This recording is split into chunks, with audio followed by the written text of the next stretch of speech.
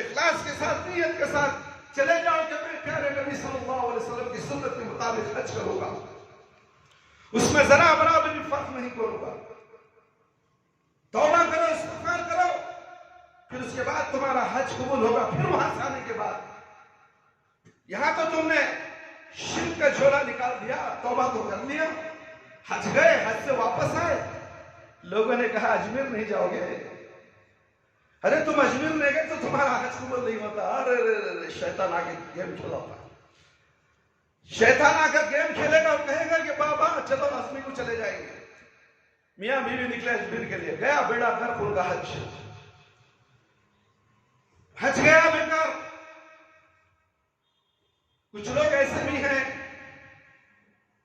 مکہ حج کے لیے جانا نہیں چاہتے، 7 مرتبہ اجمیر کا دورہ کر لیں گے تو حج ختم، حج ہو گیا۔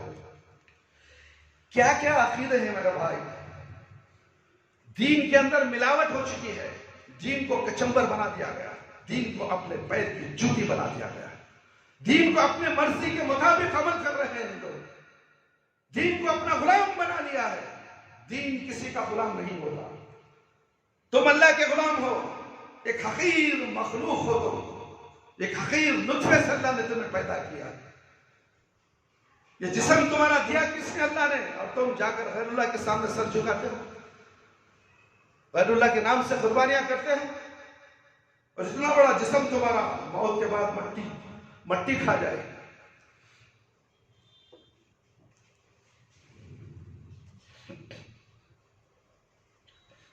عطا بن یسار رضی اللہ تعالیٰ عنہ بیان کرتے ہیں کہ ابو ایوب الانصاری رضی اللہ عنہ سے سوال کیا کہ رسول اللہ صلی اللہ علیہ وسلم کہ عہد میں قربانیاں کس طرح ہوتی تھی؟ تو آپ صلی اللہ علیہ وسلم نے جواب دیا، ترمذی کی روایت ہے، ایک آدمی اپنی اور اپنے گھر والوں کی طرف سے ایک ہی بکری قربان کرنا تھا، پھر وہ خود میں کھاتے اور دوسروں کو بھی کھلاتے،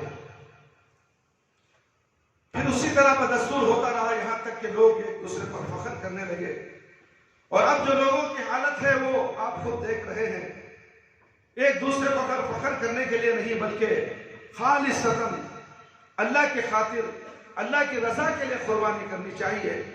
اللہ رب العالمین فرماتے ہیں قُلْ إِنَّ الصَّلَاةِ وَنُسُكِي وَمَحْيَايَ وَمَمَاتِي لِلَّهِ رَبِّ الْعَالَمِينَ لَا شَرِيكَ لَهُ وَبِذَلِكَ أُمِرْتُ وَأَنَا أَوَّلُ الْمُسْلِمِينَ۔ سورہ انعام، کہہ دیجئے کہ بے شک میری نماز، دیکھیں، میری قربانی، میری زندگی، میری موت صرف اللہ تعالیٰ کے لیے ہے۔ اللہ اکبر، قربانی، زندگی، اللہ اکبر۔ ہم زندگی باباؤں کے حوالے کر دیے، خاموش ہاتھ دھرے بیٹھے ہیں، نماز نہ پڑھو، بابا بچا لیں۔ اس سے بڑا بیوقوف شیطان ہے دنیا میں جو نماز چھوڑ کر کہتا ہے کہ بابا نماز پڑھو۔ کہا کہ دل کی نماز، کون سا دل کی نماز؟ دل کی نماز سے کھانا کھا لے، پانی نہانا کو دل سے بول لے پانی نہا لیا، سونا کو، بیوی کے ساتھ مباشرت کرنا کو دل میں کہہ لے میں مباشرت کر لیا، دکان کھولنا کو سمجھ جا دکان کھول گیا، واہ،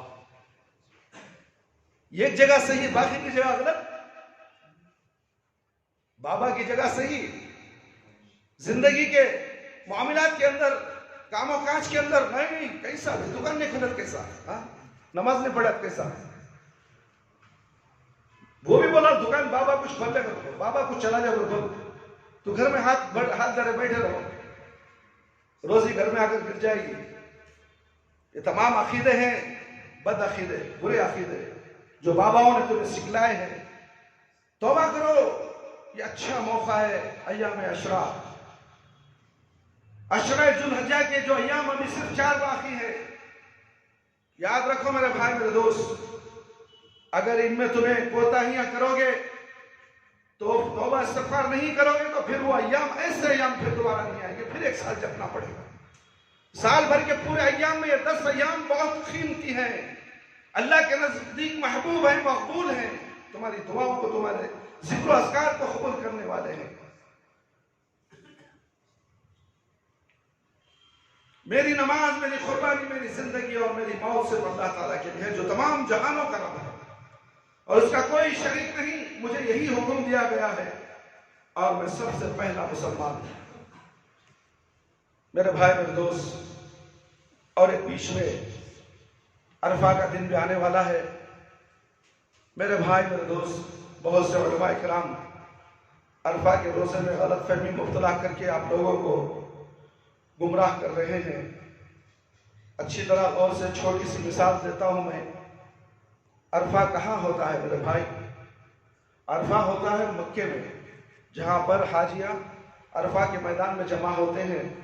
وہ عرفہ کا دن ہے اور ہمیں انٹرنیٹ کے ذریعے سے جہاں حاجیاں ہیں، ہمارے رشتہ دار ہیں، انہوں وہاں سے ویڈیو کلپ کے ذریعے سے بات بھی کرتے ہیں، ہم جواب بھی دیتے ہیں، سلام بھی کرتے ہیں، حج مبروک بھی بولتے ہیں. وہ ہمارے لیے بھی دعا کرتے ہیں. ہم باقاعدہ مکالمہ کر رہے ہیں. سمجھ میں آ رہی ہے؟ یہ بات اچھی طرح واضح ہو چکی ہے. اللہ نے انٹرنیٹ کے ذریعے سے تمہیں ہیلے بہانے بنانے کی ضرورت نہیں، ملا مولوی مفتی کی بات سننے کی ضرورت نہیں. عرفہ کا روزہ رکھو بول دیا اللہ کے نبی صلی اللہ علیہ وسلم. عرفہ کہاں ہوتا ہے؟ مکے میں ہوتا ہے، چناسوامی اسٹیڈیم میں ہوتا ہے، ایڈن گارڈن اسٹیڈیم کلکتہ میں ہوتا ہے، یا بمبئی کے بڑے اسٹیڈیم یا دلی کے بڑے اسٹیڈیم میں ہوتا ہے. کہاں ہوتا ہے؟ یوم عرفہ، عرفہ کا دن، یوم کے معنی دن، عرفہ کا دن روزہ رکھو. حاجیوں کے لیے روزہ نہیں، ان کو عید بھی نہیں. جمع بین الصلاۃ، دو رکعت نماز پڑھیں گے، ظہر کی اور عصر کی ملا کر ظہر میں پڑھ لیں گے. اس کے بعد شام تک، سورج غروب ہونے تک وہ رہیں گے. ان کا حج ہو گیا. وہاں سے نکل کر مزدلفہ پھر مینا میں آئیں گے، صبح میں قربانی کریں گے. شیطان کو کنکرے ماریں گے، اس کے بعد قربانی ادا ہوگی. تو یہ سلسلہ اس دن چلتا ہے. قربانی کھاتے ہیں حاجیاں، گوشت کھاتے ہیں، ہم لوگ یہاں روزہ رکھتے ہیں. یہ صحیح ہے. اس دن عید کا دن ہے. عید کے دن روزہ رکھنا حرام ہے. یہ مفتی، ملا، مولوی، حج کمیٹی والے، ہلال کمیٹی والے تاریخ کو بدل ڈالے. عربی تاریخ ساری دنیا میں ایک ہی ہے اور یہاں کی تاریخ سعودی عربیہ کی تاریخ میں فرق آ گیا. گھنٹوں، 2 گھنٹوں کا فرق ہے. آپ نے تو تاریخ کو ہی فرق کر دیا، تاریخ کو ہی پلٹا دیا. ہمارا عرفہ آج بھی صبا ہے. وہ کہاں ہے تمہارا عرفہ؟ بھولے بھالے مسلمانوں کو کیوں دھوکہ دیتے ہو؟ اس لیے کہ حاجیوں کے لیے روزہ نہیں ہے، ان کے پورے گناہ معاف ہو چکے ہیں.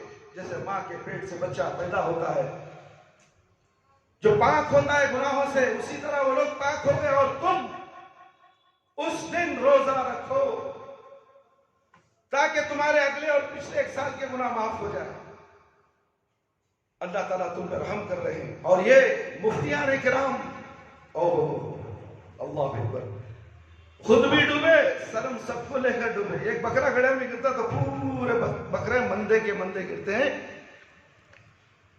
اللہ نے آپ کو عقل دی ہے. دین کا عمل ذاتی تمہارا ہے، کسی ملا کا نہیں، کسی مفتی کا نہیں، کسی ادارے کا نہیں ہے.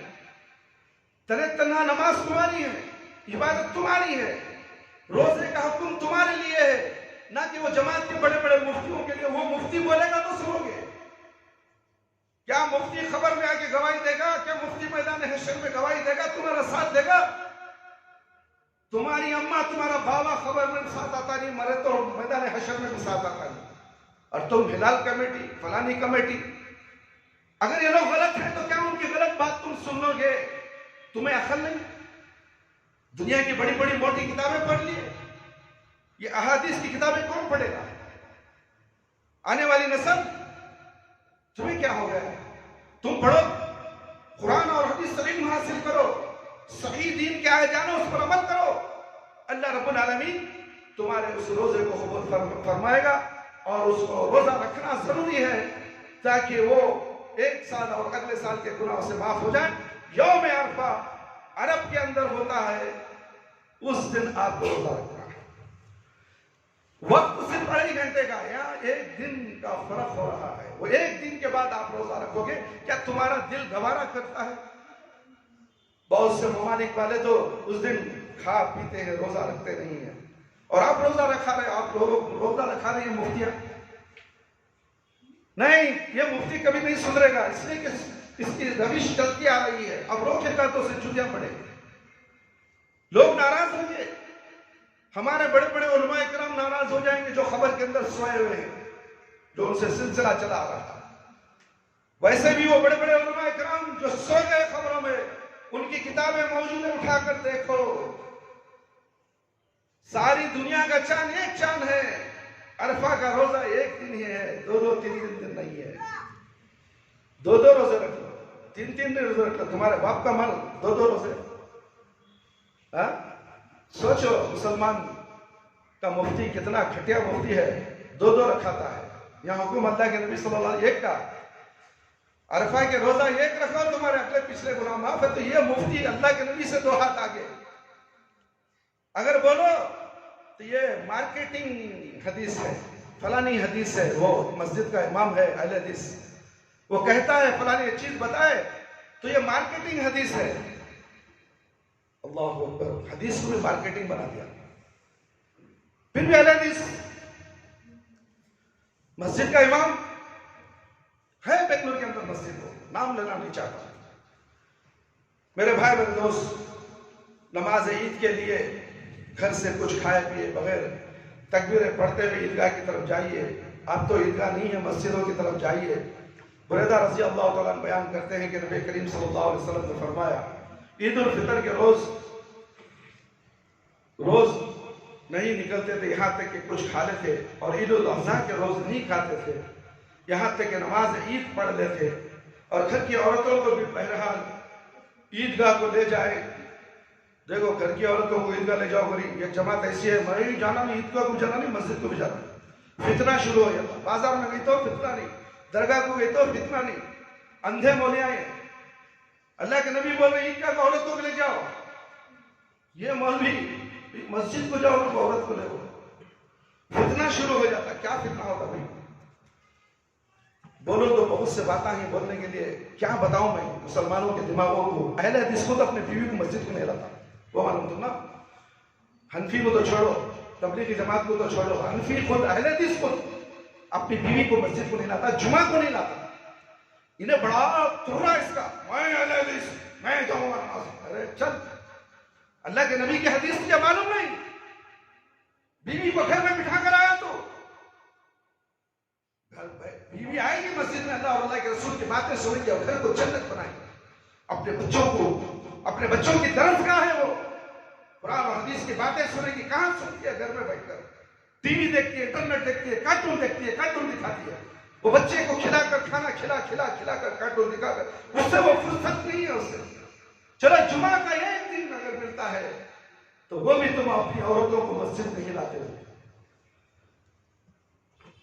عورتوں کو بھی عیدگاہ میں جانے کا حکم دیا، جیسا کہ ام عطیہ رضی اللہ عنہا کی حدیث میں ہے، جو صحیح بخاری اور مسلم میں موجود ہے. حتیٰ کہ حیض والی خواتین کے بارے میں بھی آپ صلی اللہ علیہ وسلم نے یہی حکم دیا کہ وہ گھر سے ضرور نکلے تاہم وہ عیدگاہ سے باہر بیٹھے اور مسلمانوں کی دعا میں شریک رہے. حیض والی عورت کو بھی آنے کا حکم دیا گیا.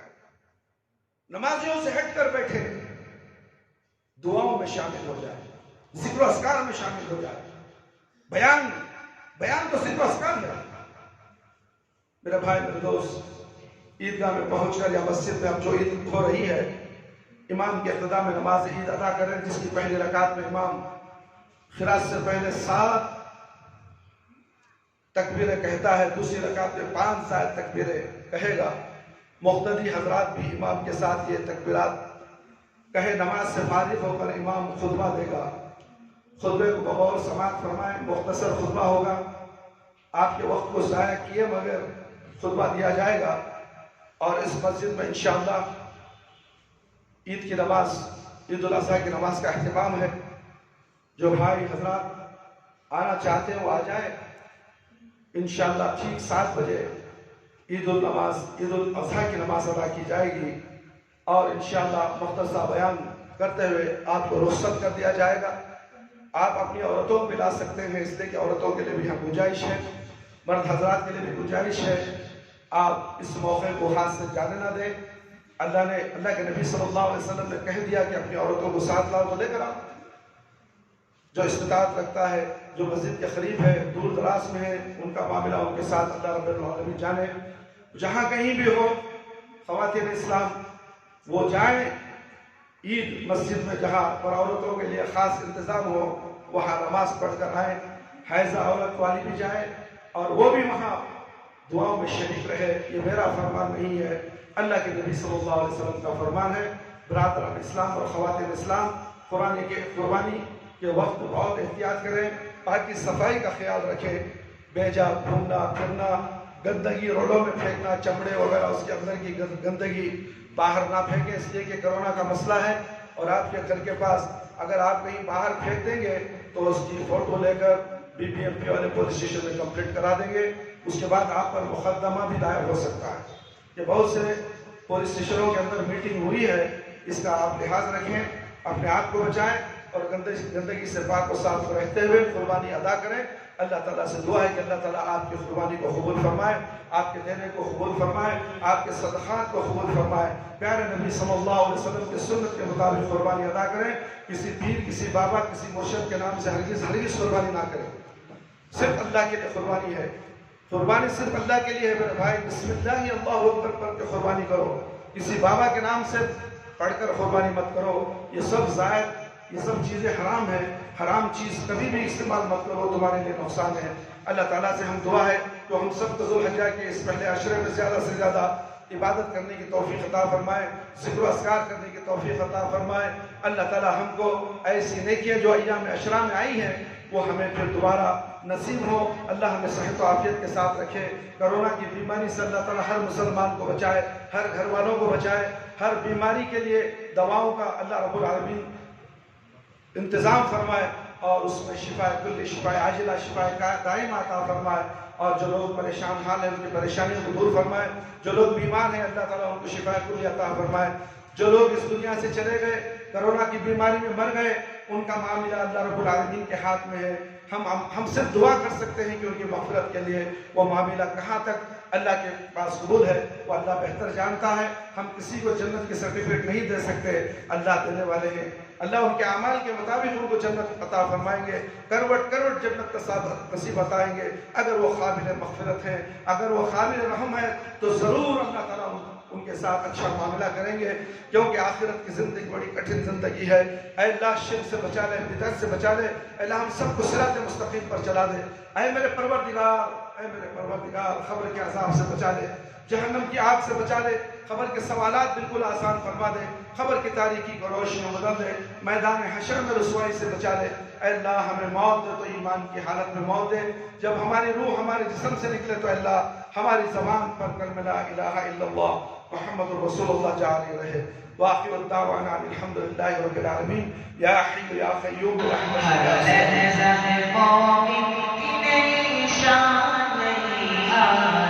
تعلیم